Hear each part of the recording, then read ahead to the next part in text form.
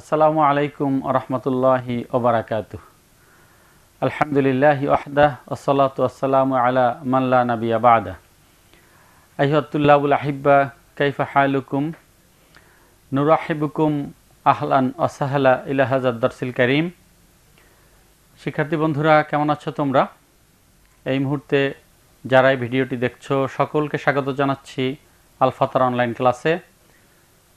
আজকের অনলাইন ক্লাসে আমরা আলোচনা করব দাখিল দশম শ্রেণীর বন্ধুদের জন্য আল আকাইদ আল ফিকা বই থেকে।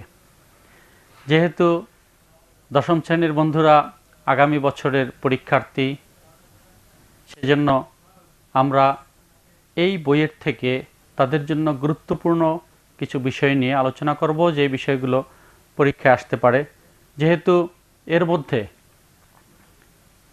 পুরো বই তোমাদের একবার পড়া শেষ হয়ে গেছে, তো সে কারণে এখন বারবার রিভিশন দেওয়াটা কিন্তু খুবই জরুরি, তাই না?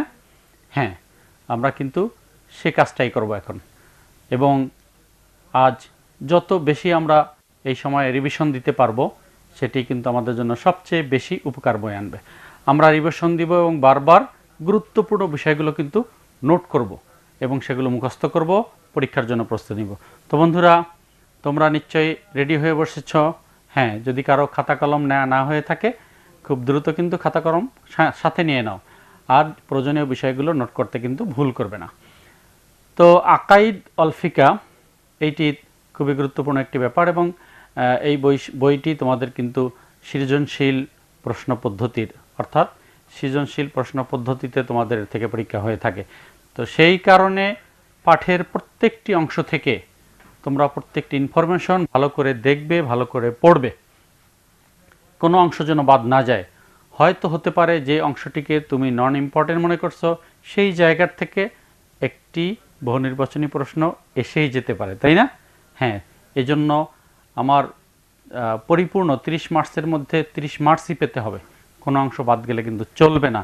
হয়তো যে অংশটিকে আমি বাদ দিব সেই অংশ থেকেই একটি প্রশ্ন এসে যেতে পারে, সেজন্য আমরা দেখে দেখে বইয়ের সবগুলো জায়গার থেকে পড়ার চেষ্টা করব। তো বন্ধুরা, আল আকাইদ আল ফিকা আমরা দেখতেই পাচ্ছি যে এখানে, তো শিক্ষার্থী বন্ধুরা, এই বইটিতে কিন্তু বেশ কয়েকটি অংশে ভাগ করা হয়েছে, বেশ কয়েকটি অংশ রয়েছে। তো তার মধ্যে গুরুত্বপূর্ণ অংশ হচ্ছে আল আকাইদ এবং ফিকা অংশ। এবং আকাইদ যেটি আকিদা শব্দের বহুবচন, অর্থাৎ বিশ্বাসগত ব্যাপার। আমরা যে আমল করব, আমলের আগে তো বিশ্বাসের ব্যাপার জড়িত, তাই না? হ্যাঁ, আমার বিশ্বাসই যদি যথার্থ না থাকে, খাঁটি না হয়, তবে আমার আমল কিন্তু কোনোই কাজে লাগবে না। সেজন্য আমাদের সবচেয়ে বেশি জরুরি হচ্ছে আমার বিশ্বাসকে খাঁটি করা। এজন্য কিন্তু রাসূল করিম সাল্লাল্লাহু আলাইহি ওয়াসাল্লাম একটি হাদিসে বলেছেন, আখলিস দীনাকা ইয়াকফিকাল আমালুল কলিল। আমার দিন যদি খাঁটি হয়, অর্থাৎ আমার বিশ্বাস যদি খাঁটি হয়, বিশ্বাসের জায়গাটি যদি একেবারেই অটুট থাকে, নিচ্ছিদ্র থাকে, তবে আমার অল্প আমলই আমার জন্য যথেষ্ট হবে। এটি কিন্তু আল্লাহ রাসূল সাল্লাল্লাহু আলাইহি ওয়াসাল্লাম আমাদের জন্য বলেছেন। তো সেই জন্য আমরা বিশ্বাসের বিভিন্ন দিক, আল্লাহর প্রতি বিশ্বাস, নবী রাসূলদের প্রতি বিশ্বাস, ফেরেশতাদের প্রতি বিশ্বাস, পরকালের প্রতি বিশ্বাস, এই যে বিশ্বাস সংক্রান্ত ব্যাপারগুলো রয়েছে, এই জায়গাগুলোয় আমাদের খুবই সতর্ক থাকতে হবে। কোন বিষয়ে আমরা কি বিশ্বাস স্থাপন করব, আমরা কি বিশ্বাস রাখব, সেই বিষয়টি কিন্তু ক্লিয়ার থাকতে হবে। তো আমরা একটু চলো যাই, আজকে এই বিশ্বাস সংক্রান্ত বিষয়গুলো নিয়ে আমরা আলোচনা করব। তো আকাইদ আল ফিকা, তো এখানে আমাকে মনে রাখতে হবে যে এই বিশ্বাসের আসলে গুরুত্বটা কি। বিশ্বাসের কারণে আমাদের মধ্যে কেউ কেউ হয়তো মুমিন, তাই না? আবার কেউ কেউ কাফের, আবার কেউ কেউ মুশরিক।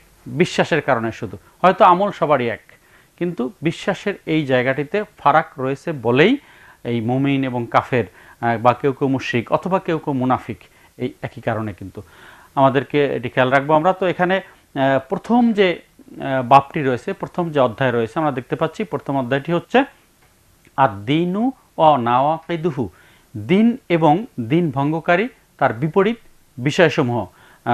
তো দিনের বিপরীত কুফর, এই বিষয়, এই সব সংক্রান্ত আলোচনাই এই প্রথম অধ্যায়টিতে আলোচনা হবে।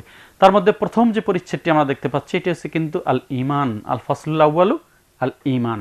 হ্যাঁ, আমরা এই ঈমান নিয়েই বিস্তারিত আলোচনাটা করব, এবং প্রথমেই এই পরিচ্ছেদের ঠিক প্রথম লেসন বা প্রথম পাঠটি রয়েছে আমরা দেখতে পাচ্ছি এখানে আদ-দারসুল আউয়াল। হ্যাঁ, আদ-দারসুল আউয়াল এখানে রয়েছে আল ঈমানু আল মুমিনু বিদুইল কুরআন ওয়াস সুন্নাহ। কোরআন এবং হাদিসের আলোকে ঈমান এবং মুমিন কারা, সেই ব্যাপারটি এখানে আলোচনা এসেছে। তো ঈমান হচ্ছে, আমরা জানি ঈমান শব্দের শাব্দিক অর্থ হচ্ছে আত-তাসদীক, অর্থাৎ সত্যায়ন করা। তো ঈমান কাকে বলে, এই ব্যাপারটি কিন্তু উলামায়ে কেরাম তারা ভিন্ন মত পোষণ করেছেন। কেউ কেউ বলছেন যে ঈমান হচ্ছে একক একটি ব্যাপার, ঈমান বাসিত, একক, এটি কখনো যৌগিক হতে পারে না। আবার কেউ কেউ এমনটি বলেছেন যে না, ঈমান হচ্ছে মুরাক্কাব, এটি হচ্ছে কয়েকটি বিষয়ের সমন্বয়ে গঠিত। তো ঈমান যে একটি বাসিত বা মৌলিক ব্যাপার, এটি কিন্তু বলেছেন ইমাম আবু হানিফা রাহিমাহুল্লাহ তাআলা। তিনি বলছেন ঈমান একটি একক ব্যাপার, এটি কখনোই যৌগিক হতে পারে না, এবং তার সেটি হচ্ছে তাসদীক বিল কলব, তাসদীকে কলবি, অর্থাৎ অন্তর থেকে বিশ্বাস স্থাপন করার যে ব্যাপারটি, সেটিই কিন্তু ঈমান। তারা এর পক্ষে বলেছেন যে যেহেতু আমরা অনেকেই রয়েছি, আমাদের মধ্যে কেউ কেউ রয়েছে যে যারা মুখ দিয়ে কথা বলতে পারে না, তো যারা বোবা, এই আমি যারা বোবা তারা কিন্তু মুখ দিয়ে যখন কথা বলতে পারে না, বিশ্বাসের জায়গাটি তো তাদের ক্লিয়ার আছে, তাহলে কি আমরা তাদেরকে মুমিন বলবো না? হ্যাঁ, অবশ্যই মুমিন বলবো। এই জন্যই বলা হচ্ছে ঈমানটা হচ্ছে একক একটা ব্যাপার। আর কেউ কেউ বলছেন না, আসলে ঈমান হচ্ছে কয়েকটি জিনিসের সমন্বয়, যে যেমন তাসদীক বিল কলব, সে একই রকম করে ইকরার বিল লিসান, এবং মুখের মাধ্যমে সেটা স্বীকৃতি প্রদান, এবং সাথে সাথে আল আমাল বিল আরকান, অর্থাৎ আমল আরকানের মাধ্যমে সে তার আমল বা বাস্তবায়ন করা, এই তিনের সমন্বয় হচ্ছে ঈমান। এটি কেউ কেউ বলে থাকেন, কিন্তু মনে রাখবে আমাদের মাযহাবে বা আমাদের আবু হানিফা রাহিমাহুল্লাহ যেটি বলেছেন সেটি হচ্ছে কিন্তু ঈমান হচ্ছে তাসদীকের নাম, তাসদীকে কলবির নাম। তো এখানে আমরা দেখতে পাচ্ছি যে একটি ব্যাপার আল্লাহ তাআলা ঈমান সংক্রান্ত বিষয়ে পবিত্র কোরআনে সূরা আল মুজাদালায় বলেছেন যে উলাইকা কাতাবা ফি কুলুবিহিমুল ঈমান, যে আল্লাহ তাআলা তাদের অন্তরে ঈমানকে লিখে দিয়েছেন। তাহলে ঈমানের জায়গাটা কিন্তু অন্তর, তার মানে এটি দ্বারা বোঝা যায় ঈমান তাসদীক বিল কলবের নাম। তো আমরা এখানে এটি পাই। আরও একটি আয়াতে আল্লাহ বলেছেন যে কলবুহু মুতমাইন্নুন বিল ঈমান, তাদের কলব ঈমানের সাথে মানে মুতমাইন, শান্ত, অর্থাৎ তারা ঈমানের দ্বারা খুশি, ঈমানের দ্বারা তারা সন্তুষ্ট। এই যে ব্যাপারটি এখানেও দেখতে পাচ্ছি যে ঈমানটা কলবের সাথে সংশ্লিষ্ট। তো এর দ্বারা আমরা বুঝতে পারছি মূলত ঈমানটা একটি কলবি ব্যাপার। তো বন্ধুরা, তো কোরআন হাদিসের আলোকে এখানে বেশ কিছু কথা আছে, আয়াত আছে, আমরা সেগুলো জানবো বিস্তারিত। তো ঈমানের আরও যে ব্যাপার, ঈমান সংক্রান্ত বিষয়, সেটি কিন্তু আমাদের জানা রয়েছে যে ঈমান সাথে সাথে কি কোন কোন বিষয়ের প্রতি ঈমান আনতে হবে সেটি কিন্তু সুস্পষ্ট। আল্লাহর প্রতি ঈমান আনতে হবে। কি ঈমান আনতে হবে? তিনি হচ্ছেন রব। তারপরে রসুলদের প্রতি ঈমান আনতে হবে, তারা আল্লাহর প্রেরিত পুরুষ। ফেরেশতাদের প্রতি ঈমান আনতে হবে, কিতাবের প্রতি ঈমান আনতে হবে, সুনির্দিষ্টভাবে যার ব্যাপারে যেই বিশ্বাস স্থাপন করার বিষয় রয়েছে, আমরা ঠিকভাবে সেরকম করে আমাদের ঈমানকে খাঁটি করে নিব। তো এইভাবে যদি আমরা ঈমানকে খাঁটি করতে না পারি, আমাদের ঈমানের জায়গায় কোনো যদি দুর্বলতা থেকে যায়, অথবা ঈমানের বিপরীত কিছু আমাদের মধ্যে থেকে থাকে, তবে কিন্তু আমরা নিজেদেরকে মুমিন দাবি করতে পারবো না। এবং ঈমানের সেই বিপরীত জিনিসটি হচ্ছে কিন্তু কুফর। হ্যাঁ, কুফর। তো দ্বিতীয় পাঠে কিন্তু আমরা সেই কুফর সম্পর্কে জানবো যে কুফরু আল কাফিরু বিদুইল কুরআন ওয়াস সুন্নাহ, কুফর কি জিনিস এবং কাফের কি জিনিস কোরআন এবং হাদিসের আলোকে আমরা কিন্তু সংক্ষেপে সেটাই জানবো। হ্যাঁ, কুফর শব্দের অর্থ হচ্ছে কিন্তু ঢেকে দেয়া। আল কাফারু আল কুফরু, কাফারা একফুরু, আল কুফরু আল কুফরানু, দুটি মাসদার দুরকম করেই আসতে পারে। এর অর্থ হচ্ছে ঢেকে দেয়া, অর্থাৎ প্রকৃত সত্যকে গোপন করা, লুকানো, সেটি হচ্ছে কিন্তু কুফর। তো যারা কাফের, তারা প্রকৃত যে সত্য, আল্লাহ একজন সৃষ্টিকর্তা, আল্লাহ রয়েছেন, তিনি আমাদের সৃষ্টি করেছেন, তিনি আমাদের লালন পালন করছেন, সেই ব্যাপারটি কিন্তু তারা অস্বীকার করে। তো এই জন্য তারা প্রকৃত সত্য বিষয়টা কিন্তু লুকায়, তো এই জন্য তাদেরকে কাফের বলা হয়। তো এখানে আমরা দেখতে পাচ্ছি যে আল কুফরু ফিল লুগাতে সাত্রু শাইয়ে ওয়া তাগতিয়াতুহু, দুটোরই অর্থ হচ্ছে গোপন করা বা লুকানো। কামা ক্বালা ইবনু সাকিত আমিনু সুম্মিয়া আল কাফির, ইবনু সাকিত বলেন যে এর থেকেই কিন্তু কাফের কথাটি এসেছে। তো যাই হোক, এই কুফর প্রসঙ্গে পবিত্র কালামে আল্লাহ রাব্বুল আলামিন একটি আয়াতে বলছেন সূরা আল ইমরানে যে ইন্নাল্লাযীনা কাফারু লান তুগনিয়া আনহুম আমওয়ালুহুম ওয়ালা আওলাদুহুম মিনাল্লাহি শাইআ ওয়া উলাইকা আসহাবুন নারি হুম ফিহা খালিদুন। নিশ্চয়ই যারা কুফরি করেছে অর্থাৎ প্রকৃত সত্যকে অস্বীকার করেছে, আল্লাহকে অস্বীকার করছে, আল্লাহকে মানছে না, লাং তুগনিয়া আনহুম আমওয়ালহুম, তারা যেন জেনে নেয় যে তাদের ধন সম্পদ, তাদের সন্তান সন্ততি অর্থাৎ তাদের জান ও মাল আল্লাহর থেকে তাদেরকে কখনো বাঁচাতে পারবে না। এটা মনে রাখতে হবে। এখানে আমরা দেখতে পাচ্ছি যে লাং তুগনিয়া, তারা কখনোই মুখাপেক্ষীহীন হবে না, অর্থাৎ তাদেরকে মুখাপেক্ষীহীন করতে পারবে না তাদের জানমাল আল্লাহর থেকে কোন ক্রমেই। এবং তাদের পরিণতি সম্পর্কে এখানে বলা হচ্ছে উলাইকা আসহাবুন নারি হুম ফিহা খালিদুন, তারা হচ্ছে জাহান্নামের অধিবাসী এবং চিরস্থায়ীভাবে সেখানে তারা অবস্থান করবে। তা আমরা দেখতে পাচ্ছি যে যারা প্রকৃতপক্ষে আল্লাহকে অস্বীকার করছে তারা কিন্তু জাহান্নামী। এবং কাফের বা কুফর শব্দটির কিন্তু আরও একটি অর্থ রয়েছে, সেটি হচ্ছে যারা মূলত আল্লাহর নেয়ামতকে অস্বীকার করে তাদেরকেও কাফের বলা হচ্ছে। আমরা এক জায়গাতে পাই যে ফাযকুরুনি আযকুরকুম ওয়াশকুরুলি ওয়ালা তাকফুরুন। আল্লাহ বলছেন যে তোমরা আমাকে স্মরণ করো, আমি তোমাদেরকে স্মরণ করব, ওয়াশকুরুলি, আমার প্রতি কৃতজ্ঞভাজন হও তোমরা, ওয়ালা তাকফুরুন, এবং তোমরা আমার নেয়ামতকে অস্বীকার করো না, মানে অকৃতজ্ঞ হও না। এই অকৃতজ্ঞ হওয়া অর্থও কিন্তু ব্যবহৃত হয়ে থাকে কুফরের অর্থ। এরকম কোরআনে বেশ কয়েক জায়গায় এভাবে ব্যবহার হয়েছে, আমরা এখানে দেখতে পাচ্ছি এরকম কিছু আয়াত রয়েছে।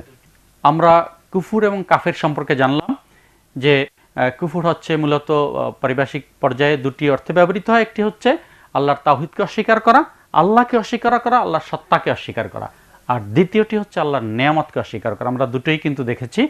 তো এরপরে আমরা চলে যাই পরবর্তী পাঠে আমাদের জন্য কি অপেক্ষা করছে। হ্যাঁ, সেটি হচ্ছে আরেকটি ব্যাপার যেটি নাকেদুল ঈমান, ঈমানের বিপরীত, সেটি হচ্ছে আন-নিফাক। আর নিফাক ওয়াল মুনাফিক বিদুল কুরআন ওয়াস সুন্নাহ, নিফাক বলতে কি বোঝায় আর মুনাফিকি বা কারা, সে বিষয়টি কিন্তু এবার আমাদের জানার পালা।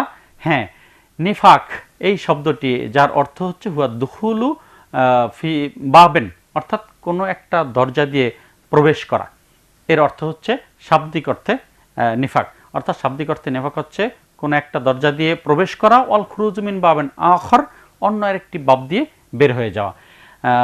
ব্যাপারটি এরকম না, আমরা সাধারণত এক দরজা দিয়ে ঢুকবো আবার সে দরজা দিয়ে বের হবে, এটাই হওয়া স্বাভাবিক ছিল, কিন্তু না, এক দরজা দিয়ে ঢুকে যদি অন্য দরজা দিয়ে কেউ বের হয়ে যায় শাব্দিক অর্থে তাকে বলা হয় নিফাক। এবং হুয়া মিন জিনসিল খেদা আল মাকর ওয়া ইজহারুল খয়র ওয়া ইবতালু খিলাফিহি, এবং এর আরও কিন্তু কয়েকটি অর্থে এটি ব্যবহৃত হয়ে থাকে, সেটি হচ্ছে আল খিদা প্রতারণা, আল মাকর ষড়যন্ত্র, এবং ইজহারুল খয়র ভালো কিছু মুখে বের করা, ইবতানু খিলাফিহি এর বিপরীত কিছু অন্তরে লুকিয়ে রাখা, গোপন করে রাখা, এটি কিন্তু কুফর নেফাকের শাব্দিক অর্থ। অফিস শরয়ে আর শরিয়তের পরিভাষায় নেফাক বলতে আমরা কি বুঝি? হ্যাঁ, সেটি বলা হচ্ছে হুয়া ইজহারুল ঈমানে বিল লিসান ওয়া কিতমানুল কুফরে ফিল কলব। নেফাক হচ্ছে ইজহারুল ঈমান বিল লিসান, মুখে সরাসরি মুখের ভাষায় ঈমানকে প্রকাশ করা, কিন্তু ওয়া কিতমানুল কুফর ফিল কলব, কলবের মধ্যে কুফরকে লুকিয়ে রাখা। প্রকৃত অর্থে আমি ঈমান রাখি না বা আল্লাহ রসুলের প্রতি বিশ্বাস স্থাপন করি না, কিন্তু পার্থিব কিছু সুবিধার জন্য যদি মুখে সেই কথাটি প্রকাশ করি তবে সেটিকেই বলা হবে নিফাক। আমরা কিন্তু সেটি এখান থেকে দেখতে পাচ্ছি। ফাল মুনাফিকু আসাদ্দু খতরান মিনাল কাফির, গুরুত্বপূর্ণ একটি ব্যাপার, কিন্তু মুনাফিক যারা রয়েছে তারা কিন্তু তাদের বিশ্বাসটাকে লুকাচ্ছে, এটি কিন্তু এক ধরনের হিপোক্রেসি। 2022 সালে দাখিল পরীক্ষার্থীদের জন্য বের হয়েছে আল ফাতাহ দাখিল পরীক্ষা প্রস্তুতি সিরিজ। আল ফাতাহ দাখিল পরীক্ষা প্রস্তুতি সিরিজ কিনলে রয়েছে 100টি আকর্ষণীয় পুরস্কার। আরবি দ্বিতীয় পত্র সহ যে কোনো 6টি বইয়ের কুপন পাঠিয়ে দাও আমাদের কাছে, অংশগ্রহণ করলেই নিশ্চিত পুরস্কার।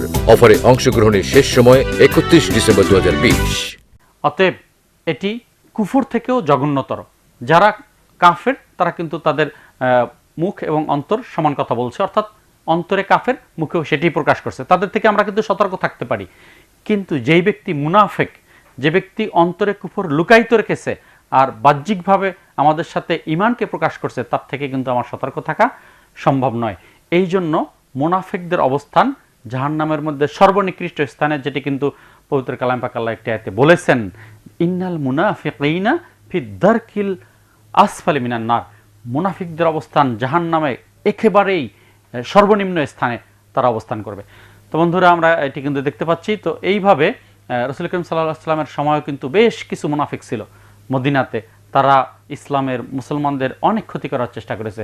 মুনাফিক সর্দার আব্দুল্লাহ বিন উবাই, এই আব্দুল্লাহ বিন উবাই কিন্তু উহুদের যুদ্ধের সময় আমরা জানি যে 300 তার অনুগামী লোক নিয়ে, অনুচর নিয়ে তারা যুদ্ধের ময়দান থেকে ভেগে চলে এসেছিল, পালিয়ে চলে এসেছিল মুসলমানদেরকে বিপদগ্রস্ত করার জন্য। এই আব্দুল্লাহ বিন উবাই, রাসূল করিম সাল্লাল্লাহু আলাইহি ওয়াসাল্লাম কিন্তু এনে মুনাফিকদেরকে চিনতেন, জানতেন কে কে মুনাফিক, আল্লাহ তাকে সেটি জানিয়ে দিয়েছিলেন। কিন্তু তারপরও তিনি সেই মুনাফিকদের বিরুদ্ধে কোনো ব্যবস্থা গ্রহণ করেননি। তাকে বলা হয়েছিল আপনি জানেন অথচ কোনো ব্যবস্থা গ্রহণ করছেন না। হুজুর খুব সুন্দর করে বলেছিলেন যে দেখো, আমি যদি তাদের বিরুদ্ধে ব্যবস্থা গ্রহণ করি তবে তোমরা মনে করবে যে আমি কোনো মুমিনদের ব্যাপারেই কোনো ব্যবস্থা গ্রহণ করছি, আমি কোনো আমার সাহাবীদের বিরুদ্ধে আমি ব্যবস্থা গ্রহণ করছি, সবাই কিন্তু সেটাই মনে করবে। তো যেহেতু তারা বিশ্বাসটিকেই প্রকাশ করছে, আর তোমরা তো জানো না কারা কারা মুনাফিক, তো সেই কারণে আমি সে কাজটি করছি না। তো আল্লাহ রাব্বুল আলামিন কিন্তু তাকে জানিয়ে দিয়েছিলেন। তো এই মুনাফিক আমাদের সমাজেও কিন্তু আছে, এই বর্তমান সমাজেও রয়েছে, আমাদের চারপাশেই রয়েছে। এদের থেকে আমাদেরকে সতর্ক থাকতে হবে। এরা সবসময় ইসলামের দুশমন, সবসময় এরা মুসলমানদের জন্য দুশমন। এখানে মুনাফিকদের কিছু ইমানগত ব্যাপারে যেমন মুনাফিকদের মুনাফিকি রয়েছে, নেফাকি রয়েছে, ঠিক আমলগত ব্যাপারেও কিন্তু নেফাকি রয়েছে। তো শিক্ষার্থী বন্ধুরা, এই নেফাকের কিন্তু দুটো প্রকার রয়েছে, একটি হচ্ছে নেফাকে আকবর, আরেকটি হচ্ছে নেফাকে আসগার। বিশ্বাসগত যে নেফাক, অর্থাৎ আমি অন্তরে একটি বিশ্বাস করছি আর মুখে প্রকাশ করছি তার ভিন্ন কিছু, এটিকে বলা হয় নিফাকে আকবর। এটি সবচেয়ে বড় এবং সবচেয়ে বেশি জঘন্যতর, বেশি ক্ষতিকর। আর দ্বিতীয় যে নেফাক, সেটি হচ্ছে আমলগত নিফাক, অর্থাৎ আমি আমার বিশ্বাসের সাথে সম্পৃক্ত বা মিল রেখে আমি কাজটি করছি না, এইটি হচ্ছে আমলগত নেফাক, যেটিকে নেফাকে আসগার বলা হচ্ছে। আমরা দেখতে পাচ্ছি এ বিষয়ে রাসূল করিম সাল্লাল্লাহু আলাইহি ওয়াসাল্লামের একটি হাদিস রয়েছে, সেটি হচ্ছে ক্বালা রাসূলুল্লাহ সাল্লাল্লাহু আলাইহি ওয়াসাল্লাম আরবাউন মান কুন্না ফিহি কানা মুনাফিকান খালিসান ওমান কানাত ফিহি খাসলাতুন মিনহুন্না কানাত ফিহি খাসলাতুন মিনান নিফাক। রাসূল করিম সাল্লাল্লাহু আলাইহি ওয়াসাল্লাম এটিকে কিন্তু নিফাক বলছেন। বলা হচ্ছে যে 4টি বৈশিষ্ট্য বা 4টি বিষয় যার মধ্যে রয়েছে, সে নিরেট মুনাফিক, কানা মুনাফিকান খালিসান, নিরেট মুনাফিক। ওমান কানাত ফিহি খাসলাতুন মিনহুন্না, আর যার মধ্যে এর কোনো একটি থাকবে, কানাত ফিহে খাসলাতুন মিনান নেফাক, তার মধ্যে নেফাকের একটি চরিত্র অন্তত থাকবে। তো রাসূল করিম সাল্লাল্লাহু আলাইহি ওয়াসাল্লাম এটিকে বলেছেন নেফাক, আমাদের এর থেকে কিন্তু সতর্ক থাকতে হবে। তো 4টি ব্যাপার, যে বিষয়ের যে কোনো একটি উল্লেখ থাকলেই, যে কোনো কারো ভিতরে যদি থাকে, তখন সেটিকে রাসূল সাল্লাল্লাহু আলাইহি ওয়াসাল্লাম বলছেন যে মুনাফিকের একটি চরিত্র তার মধ্যে অন্তত রয়েছে। কি সে 4টি বিষয়? হ্যাঁ, আমাদের কিন্তু সেটি জানা দরকার, তাই না? এটি কিন্তু অবজেক্টিভ প্রশ্নেও আসতে পারে। অতএব কি সেগুলো? সেগুলো হচ্ছে, দেখো, ইজা তুমিনা খনা, যখন কোনো আমানত কারো কাছে রাখা হয়, সেই বিষয়টি, সেই আমানতে সে খেয়ানত করে থাকে। এই আমানতের খেয়ানত করা, এটি কিন্তু একটি মুনাফিকের লক্ষণ। দ্বিতীয় যে ব্যাপারটি, ওই যে হাদ্দাসা কাযাবা, যখন সে কথা বলে মিথ্যা বলে। তো মিথ্যা বলা, মিথ্যা কথা বলা, এটি কিন্তু মুনাফিকদের লক্ষণ, এটি একটি মুনাফিকি চরিত্র। আর তৃতীয় যে ব্যাপারটি, ওই যে আহাদা কদারা, যখন কারো সাথে কোনো বিষয়ে অঙ্গীকারবদ্ধ হয়, তখন সে ওই অঙ্গীকারের ব্যাপারে প্রতারণা করে। এই অঙ্গীকারের বিষয়ে প্রতারণা করা, এটি কিন্তু একটি মুনাফিকের আলামত। চতুর্থ যে ব্যাপারটি, ওই যে খাসামা ফাজারা, যখনই কারোর সাথে তর্ক বিতর্ক করে, তখন আমরা দেখি সাথে সাথে কথায় কথায় সে গালি দেয়। এই যে কথায় কথায় বা ঝগড়া হলে, একটু তর্ক হইলেই গালি দেয়া, এটি কিন্তু মুনাফিকদের লক্ষণ। তো আমরা এই বিষয়গুলো থেকে সতর্ক থাকব। তাহলে এই নেফাক থেকে আমাদের সতর্ক থাকা হবে। আমাদের মধ্যে ঈমানগত নেফাক না থাকলেও আমাদের কারো কারো মধ্যে কিন্তু এই 4টি বিষয়ের কোনো কোনো বিষয় থেকে থাকতে পারে। আমরা এর থেকে সতর্ক থাকব যেন এরকম কোনো বিষয় আমার মধ্যে না থাকে। তো বন্ধুরা, বলতে বলতে আমরা কিন্তু আমাদের আলোচনার একেবারে শেষ পর্যায়ে চলে আসলাম। আমরা জানলাম ঈমান সম্পর্কে এবং ঈমানের নাওয়াকিত, যে প্রতিদ্বন্দ্বী বা বিপরীত বিষয়গুলো, সেইগুলো সম্পর্কে। আমরা এ পর্যায়ে ঈমানের সমর্থক আরও একটি শব্দ রয়েছে, জিনিস রয়েছে ইসলাম, তাই না? যে ইসলাম, এবং যে কারণে আমাদের নাম হচ্ছে মুসলমান, আমরা ইসলাম ধর্মের অনুসারী।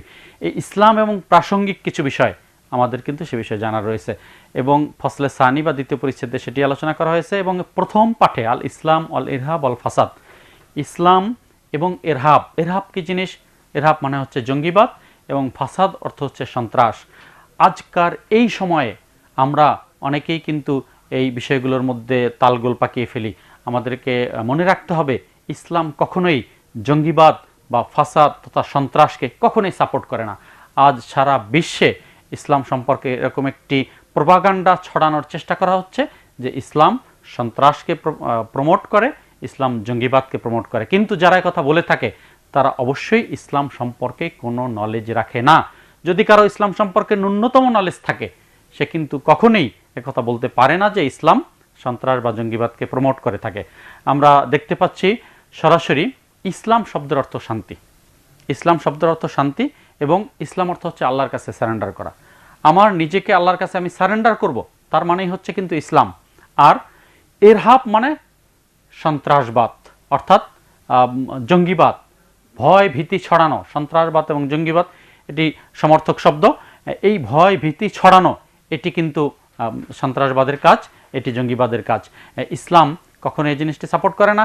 আমরা যদি একটি বিষয় খেয়াল করে দেখব, আমরা যদি মুসলমান কাকে বলে এই সংজ্ঞাটি পবিত্র কোরআন বা হাদিস থেকে কোথাও খুঁজতে চাই বা মানে খুঁজে নিতে চাই, তখন কিন্তু দেখব সরাসরি আল্লাহ রসুল সাল্লাল্লাহু আলাইহি ওয়াসাল্লাম এ ব্যাপারে বলেছেন, হাদিসটি এখানে রয়েছে যে আল মুসলিমু মান সালিম আল মুসলিমুনা মিন লিসানিহি ওয়া ইয়াদি।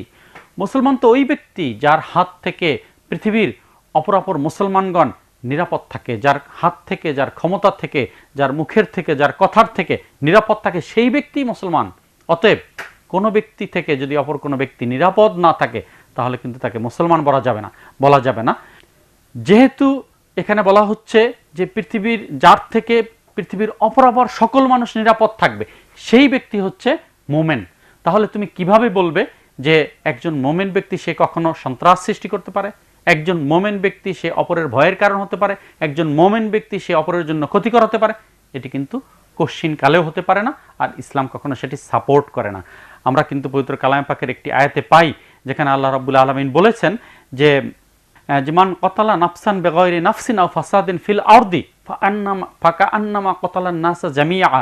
যে ব্যক্তি কোনো ব্যক্তিকে হত্যা করলো অন্যায়ভাবে, বিচার বহির্ভূতভাবে বা সন্ত্রাসের বশবর্তী হয়ে, সেই ব্যক্তি কান্নামা কতালান নাসা জামিয়া, সেজন্য পৃথিবীর সকল মানুষকে হত্যা করলো। ইসলাম কিন্তু সে কথাটিই বলছে। অতএব অন্যায়ভাবে কাউকে হত্যা করা যাবে না, অন্যায়ভাবে কোনো ত্রাস সৃষ্টি করা যাবে না। ইসলাম সে বিষয়টি কিন্তু কখনোই সাপোর্ট করে না। আর ইসলাম সবসময় শান্তির কথা বলে, সবসময় সকল মানুষের ব্যক্তিগত, পারিবারিক, সামাজিক, রাষ্ট্রীয় সকল শান্তির কথা কিন্তু ইসলাম বলে, এবং যা কিছু শান্তি, যা কিছু কল্যাণকর তার মানেই কিন্তু ইসলাম। তো যেখানে শান্তি রয়েছে সেখানে ইসলাম রয়েছে, যেখানে অশান্তি ইসলাম সেখানে নেই। তো আমাদেরকে সে বিষয়টি ভালোভাবে নিজেদেরকে জানতে হবে এবং অন্যকে জানাতে হবে। এই ভুল ব্যাখ্যা যারা দেয় তাদের দাঁত ভাঙ্গা জবাব দিতে হবে। আজ কিন্তু এটি সময়ের প্রয়োজন। তো বন্ধুরা, আমরা কিন্তু সেটি জানলাম যে ইসলাম মানে কি, সন্ত্রাসবাদ মানে কি এবং জঙ্গিবাদ মানে কি। আমরা নিজেরা সতর্ক থাকব এবং অন্যদেরকে সতর্ক করব। এবং আমাদের দ্বিতীয় যে পাঠটি রয়েছে এই পরিচ্ছেদে, সেটি হচ্ছে আল ইসলাম ও হকুকুল ইনসান। ইসলাম এবং মানুষের অধিকার। ইসলাম মানুষকে কি অধিকার দেয়, হ্যাঁ, সেই বিষয়টি এখানে আলোচনা হয়েছে। সংক্ষেপে আমরা এটি শেষ করি, আজকের ক্লাসে সমাপ্তি টানবো ইনশাআল্লাহ। তো আল্লাহ তাআলা বলেছেন ইন্নাল্লাহ কদ আ'তা কুল্লা যী হাক্কিন হাক্কাহু। আল্লাহ রাব্বুল আলামিন প্রত্যেক অধিকারীর অধিকারকে সমুন্নতভাবে বুঝিয়ে দেন। আ'তা দান করেছেন, কুল্লা যী হাক্কিন প্রত্যেক অধিকারীর, হাক্কাহু তার অধিকারকে। তো আল্লাহ কিন্তু সেটি দেন। এটি রাসূল করিম সাল্লাল্লাহু আলাইহি সাল্লাম বলেছেন, এর হাদিসটি রয়েছে মুসনাদে আহমদের মধ্যে। তো এইভাবে সরাসরি পবিত্র কালামে পাকে সূরা বাকারা একটি আয়াত রয়েছে, আমরা দেখতে পাই লা ইকরাহা ফিদ্দিন, দিনে কোনো জবরদস্তি নেই। অর্থাৎ কাউকে জোর করে দিনে বা ধর্মে দাখিল করানো যাবে না, এটা ইসলামের একটি মৌলিক নীতি। কাউকে জোর করে আমি ধর্মে দাখিল করতে পারবো না, আমি তার কাছে দাওয়াতটি পৌঁছে দিতে পারি। আমার ধর্মের কথা, আমার ধর্মের কল্যাণকর দিকগুলো, ভালো দিকগুলো আমি তুলে ধরবো এবং তাকে দাওয়াত করব, তার কাছে আমি দিনকে পৌঁছে দিব। কিন্তু তাকে জোর করে দিনে দাখিল করার ব্যাপারটি আমার নয়। এটি শুধু আমার কেন, খোদ রাসূল করিম সাল্লাল্লাহু আলাইহি ওয়াসাল্লামকে আল্লাহ তাআলা বলে দিয়েছেন যে আপনি কখনোই কাউকে জোর করে দিনে দাখিল করতে পারবেন না। লাস্তা আলাইহিম বিমুসাইতির, আপনি কোনো জোর জবরদস্তিকারী নয়। আপনার দায়িত্ব হচ্ছে ইন্নামা আনতা মুযাক্কির, আপনি শুধু উপদেশ দিয়ে যাবেন, নসিহত করবেন, এটি হচ্ছে আপনার কাজ। তো এটি আমাদেরকে মনে রাখতে হবে, প্রত্যেক ব্যক্তির তার ধর্মীয় অধিকার রয়েছে এবং সে তার ধর্মকে পালন করবে। ইসলাম কারোর উপর ধর্মকে চাপিয়ে দেয় না, কাউকে জোর করে ধর্মে দাখিল করে না। এবং ইসলামী রাষ্ট্রে বসবাসকারী কোনো ব্যক্তি যদি থাকে তাকে বলা হচ্ছে জিম্মি, এবং একজন জিম্মি ব্যক্তি সরাসরি সকল অধিকার ভোগ করবে। রাসূল করিম সাল্লাল্লাহু আলাইহি ওয়াসাল্লাম এমন একটি হাদিসে বলেছেন, যদি জিম্মি ব্যক্তির অধিকারকে কেউ ক্ষুণ্ণ করে, যদি জোর করে কারো কাছ থেকে তার কাছ থেকে কেউ ছিনিয়ে নেয়, আমি রাসূল খোদ কাল কিয়ামতের ময়দানে সেই ব্যক্তির পক্ষে ওই ব্যক্তির বিরুদ্ধে মামলা দায়ের করব। রাসূল করিম সাল্লাল্লাহু আলাইহি ওয়াসাল্লাম বলছেন, আনা হাজিজুহু ইয়াউমাল কিয়ামা, আমি নিজেই হব তার মামলাদান, আমি নিজেই হব তার বাদী। এটা কিন্তু খোদ রাসূল করিম সাল্লাল্লাহু আলাইহি ওয়াসাল্লাম বলছেন। তো আমাদেরকে সতর্ক থাকতে হবে, যারা জিম্মি তারা কিন্তু আমাদের জন্য এক হিসাবে মেহমান, আমরা তাদের অধিকারের প্রতি পরিপূর্ণভাবে খেয়াল রাখব। তো বন্ধুরা, এইভাবে আমরা বেশ কিছু বিষয় সম্পর্কে কিন্তু জানলাম। এই বিষয়গুলো খুবই গুরুত্বপূর্ণ, এগুলো আমরা প্রয়োজনীয় বিষয়গুলো নোট করে রাখবো, আমাদের পরীক্ষায় যেগুলো আসতে পারে এবং সেগুলো চিহ্নিত করে রাখবো, আমরা বারবার সেগুলো দেখব এবং প্র্যাকটিস করব, যাতে করে পরীক্ষায় সুন্দরভাবে আমরা উপস্থাপন করতে পারি এবং ভালো মার্কস পেতে পারি। আমার কিন্তু জানাটাই যথেষ্ট নয়, সুন্দর উপস্থাপনাটাও একটি ব্যাপার। তো সেই সুন্দর উপস্থাপনের জন্য পরীক্ষার খাতায় সুন্দর করে লেখা এবং পয়েন্ট আউট করে লেখা, এটা কিন্তু খুবই ইম্পর্টেন্ট, তাই না? তো আমরা যেন সে কাজটি করি, এবং এখন থেকে পরীক্ষার প্রস্তুতিটাই আমাদের জন্য কিন্তু সবচেয়ে বেশি গুরুত্বপূর্ণ। তো আল্লাহ রাব্বুল আলামিন আমাদেরকে সেই পরীক্ষার প্রস্তুতি নেয়ার তৌফিক দান করুন, এবং ভালো রেজাল্ট করে আমরা যেন আমাদের পরিবার, আমাদের বাবা মা এবং সকল যারা আমাদের কল্যাণ চান, যারা আমাদের শুভাকাঙ্ক্ষী, তাদের আশা আকাঙ্ক্ষা বাস্তবায়ন করতে পারি, সেই তৌফিক যেন আল্লাহ রাব্বুল আলামিন আমাদেরকে দান করেন। তো বন্ধুরা, আজকের মতো আমরা এখানে শেষ করছি। কেমন লাগলো তোমাদের ক্লাসটি? এই ক্লাসটি তোমরা দেখতে পাবে আল ফাতার ওয়েবসাইটে, সাথে সাথে আল ফাতার ফেসবুক পেজ এবং ইউটিউব চ্যানেলেও তোমরা ভিডিওটি পাবে। আর তোমরা ভিডিওটি বারবার দেখবে, এবং তোমাদের আরও যদি কিছু জানার থাকে সেটি অবশ্যই কমেন্ট করে আমাদেরকে জানাবে, আমরা সেগুলো রিপ্লাই দেওয়ার চেষ্টা করবো ইনশাল্লাহ। তো বন্ধুরা, ভালো থাকো সবাই, দেখা হবে আগামী ক্লাসে। আসসালামু আলাইকুম ওয়া রাহমাতুল্লাহি ওয়া বারাকাতুহু।